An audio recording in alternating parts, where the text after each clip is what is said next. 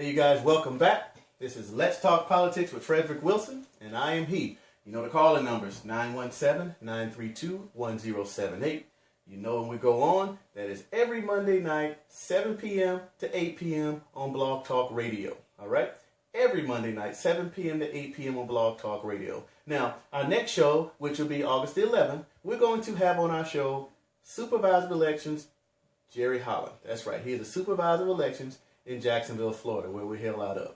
But the information that we're going to bring to you is you can apply this to whatever supervisor elections office you're in, because we're going to be talking about something very important, and that term is called gerrymandering. G-R-R-Y-M-A-N-D-E-R-I-N-G. Gerrymandering. Ugly handwriting, but you get the point. Have you ever heard the term gerrymandering? Now, some of us have. Some of us haven't, but I'm going to break it down just a little bit because Jerry is going to go, no pun intended, Jerry's going to go into detail about it on tomorrow. And I want to make sure you tune in to get it. All right, what basically gerrymandering is creating a voting block in which one group or one race of people it'll help to ensure that that race of people wins an election. All right, so this came about during the civil rights movement and issues going on with making sure that minorities, blacks in particular, get proper representation in Congress. So after the fights and debates and struggles and argues go back and forth, Florida became one of a few states whose districting has to be approved by the federal system. Most states make their own choices. They set up their own districts. But again, Florida is one of the few that has to have federal oversight. So every few years, every 10 years, we have a census. And of course, you know what the census is. It just basically gathers data about people. How many people in your family, what's your race, what's your makeup, where do you live, those type of things. And with that in mind, they make sure that the gerrymandered districts that they created stay gerrymandered in the way that they want them to be gerrymandered. All right? So right now, we had a federal judge, some people challenging the way Corrine Brown's district, she's out of District 5, and they're challenging the way her district was gerrymandered. And let me give you just a quick background with that. The argument is that since her district, and not just hers, but this is the one that's up right now, since the district is artificially created, it does not give proper representation of the people. Now, I'm not going to argue if that's right or wrong, good or bad. I just want you to understand what's happening. So when Jerry comes on tomorrow, maybe it'll spark some questions. It'll help you better understand it. So when you turn on your news, your Fox, your CNN, whatever it is you're going to listen to, you know that you got the real deal, the background information that you need to really understand it from me on Let's Talk Politics with Frederick Wilson. So let me give you a little illustration. Gerrymandering, again, that is to artificially create a district in which one group of people will be favored to win over another. I'll give you an example. We'll call this a state. All right? And it could be any state in the country. I'm going to call this the state of what we're in, confusion. Yes, Lord. This is anywhere USA. The state of confusion. Now, what's happening here is the federal government says that we have to create this block. We have to, with the population, get 3 representatives out of this. And we'll say in this area is mostly white people live in this area.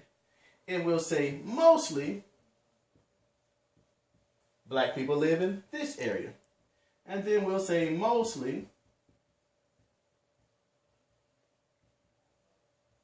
Hispanics live in that area. All right, so these people just live in these areas. And now we definitely have to get 3 based on the population. So the powers that be up and say, whatever capital is says, we'll district these, we'll block these things off this way. One district, another district, and another district.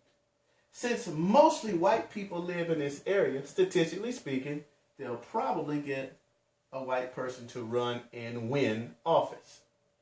Since mostly black people live in this area, same statistics, more than likely a black person's going to run, and a black person will win. Hispanics aren't any different, so here we'll have an Hispanic as well.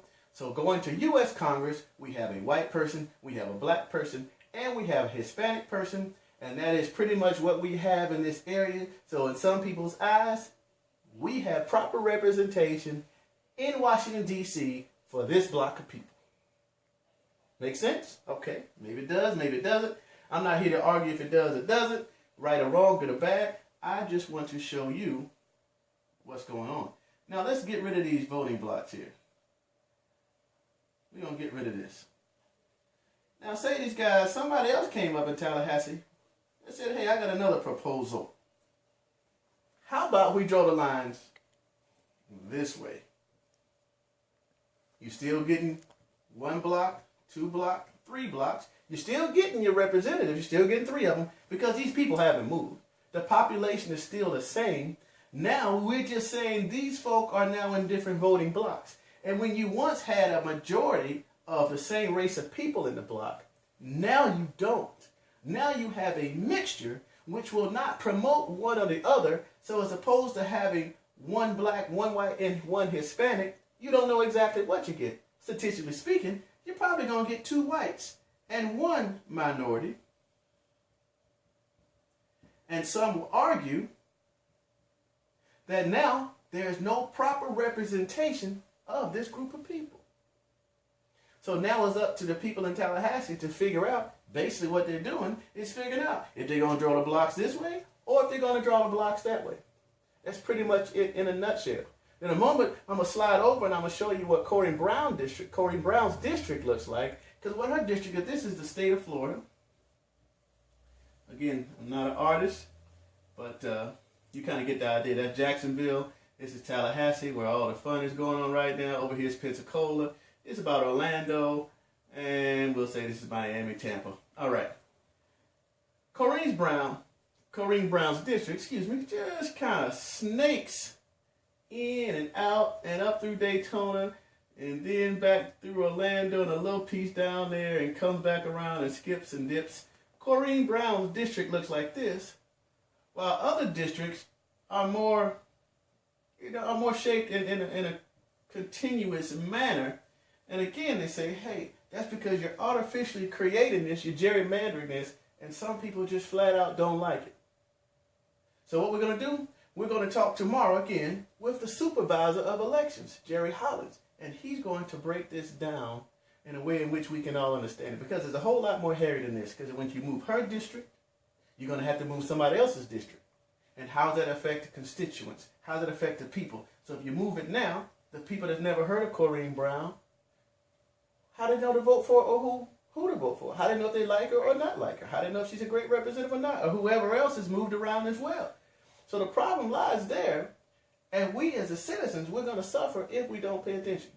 This is the type of stuff you're going to hear on Let's Talk Politics with Frederick Wilson. When is the show? Monday nights, 7 p.m. Eastern Standard Time. What's the title of the show? Let's Talk Politics with Frederick Wilson. Call-in number, 917-932-1078. Who am I? I am he. See you tomorrow.